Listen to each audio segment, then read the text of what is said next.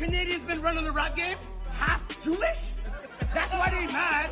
That's why they mad. Man, I just got to be a good rapper. But, you know, to a lot of other people, they were like, wait, what?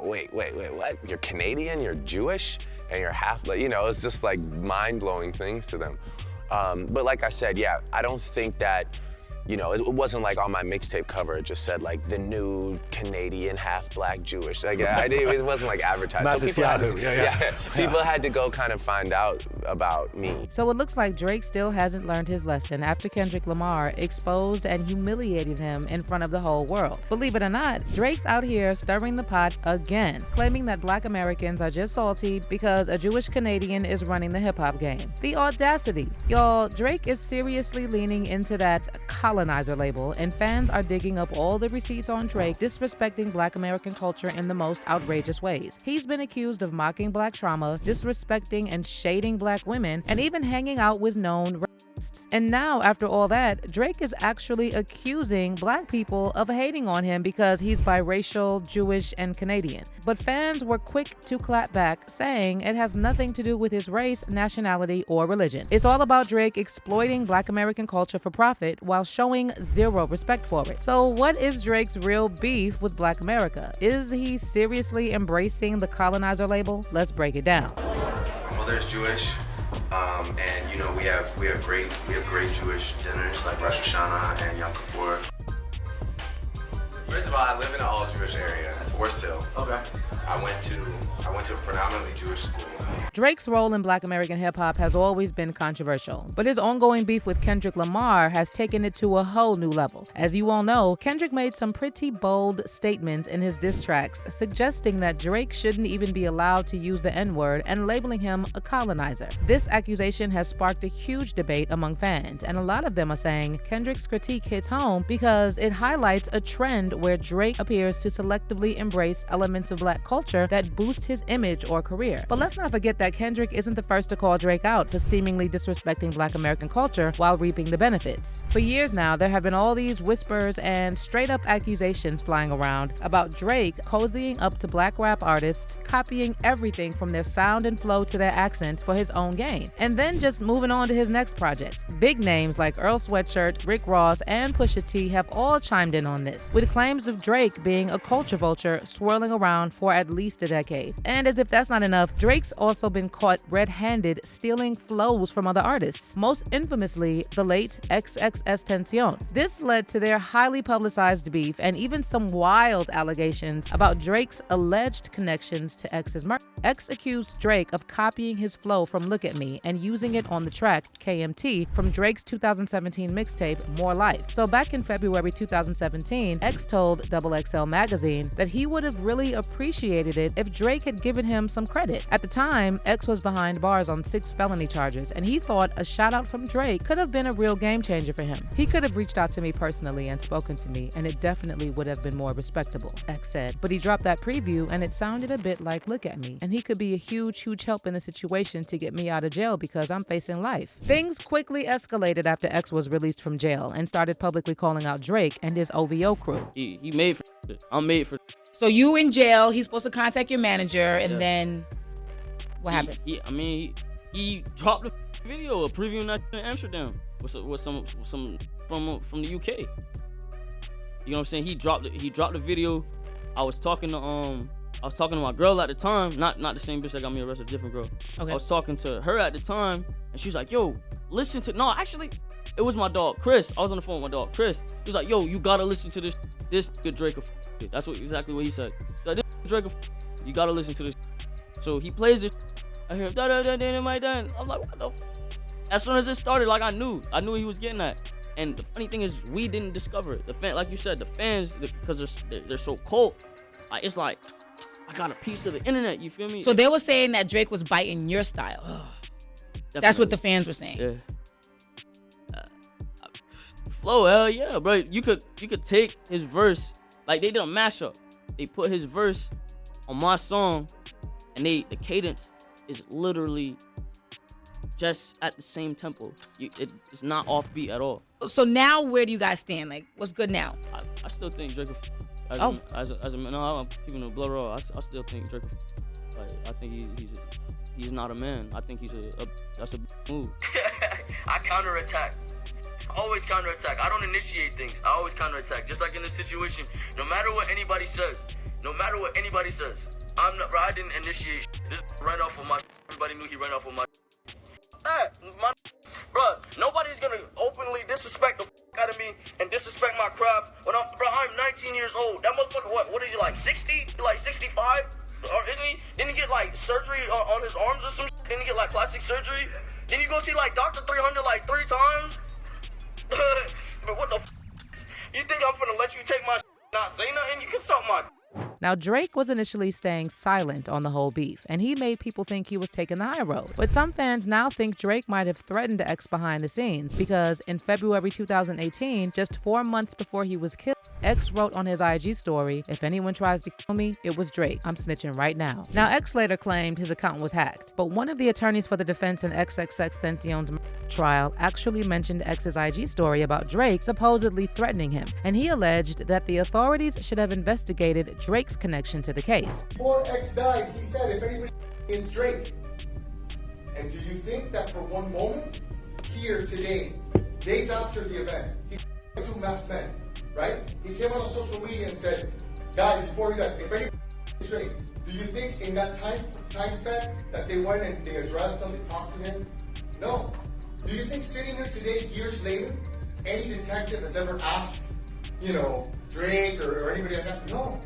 They never did that. X's fans also believe that Drake dropped hints about his connection to X's murder on several songs like I'm Upset and Mob Ties. On I'm Upset, which dropped just 1 month before X was killed, Drake seemingly references the plot against X, rapping X SMS, triple X, that's the only time I below the net. And then after X passed, Drake dropped Mob Ties, where he raps Louis bags in exchange for body bags, which many interpreted as a direct reference to what happened to X, because the men who killed X took his LV bag containing cash. But Drake didn't stop there. On his 2023 joint album with 21 Savage, Her Loss, Drake seemingly made yet another reference to his beef with XXXTentacion. On the track On BS, Drake raps, "Maybe I should break that 20, do a 10. If he held his tongue on that live, he'd be alive again." So the number 10 in Roman numerals is the letter X. And since Drake said it 3 times, break that 20, meaning 2 10s, and then do a 10 is another one, this could possibly be a reference to XXXTentacion, especially since Drake then goes on to say, someone who dissed him on IG Live is no longer alive. Now moving on to another incident where Drake showed his true colors, let's throw it back to when he posed for photos in blackface and then came up with some lame excuse about raising awareness for how black actors are treated. The photos were shot by photographer David Leyes in 2007 and showed a young Drake back when he was still chasing his acting dreams and before he realized he could make more money by cosplaying a rapper. Then Pusha T used that very photo as the cover art for his diss track, The Story of Adidon, and the internet exploded, but Drake tried to calm the storm by saying that the blackface pic was meant to highlight the unfair treatment of black actors in the entertainment industry. But his explanation didn't really do much to cool things down. Drake wrote in a post, "The photos represented how African Americans were once wrongfully portrayed in entertainment. This was to highlight and raise our frustrations with not always getting a fair chance in the industry, and to make a point that the struggle for black actors had not changed much." But even if this is true,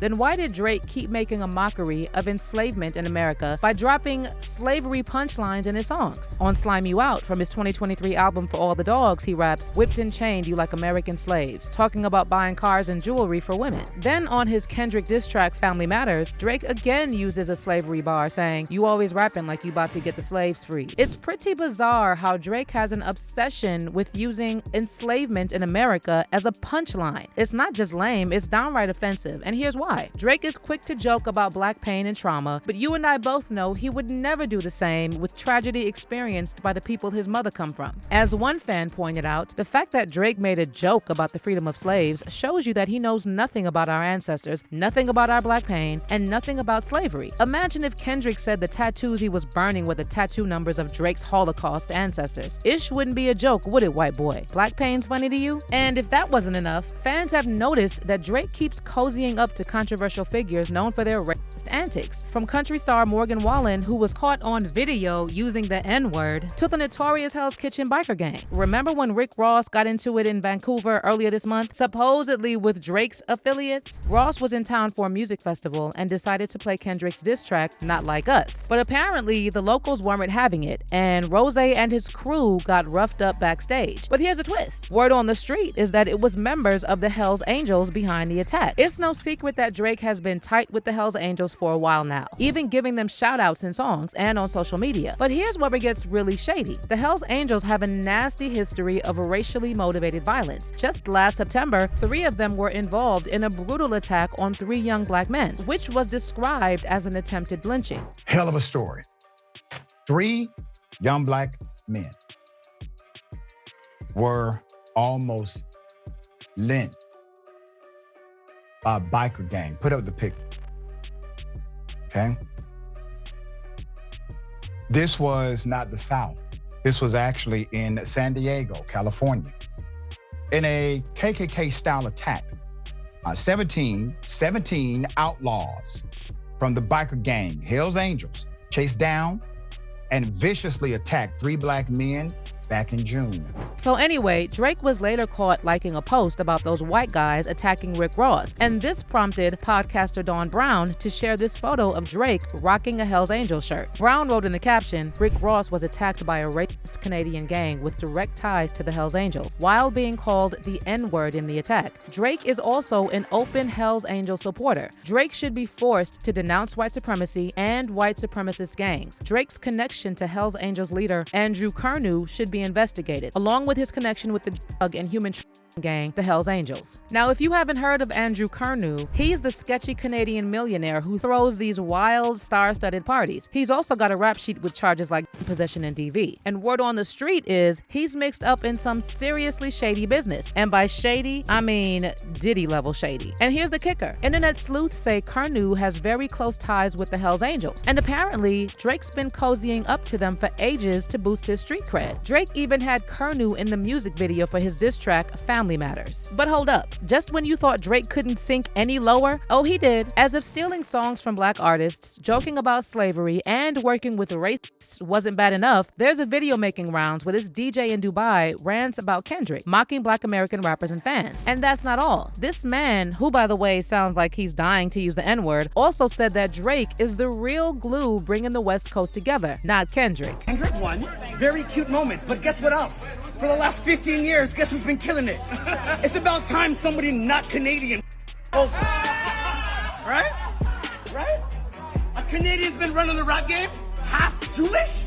That's why they mad. That's why they mad. All the gangsters are on the streets in LA causing Crips United because of this man. My man brought the city together. He's doing more for them than, oh my God. It's crazy. It's crazy. Toronto all day. I love you.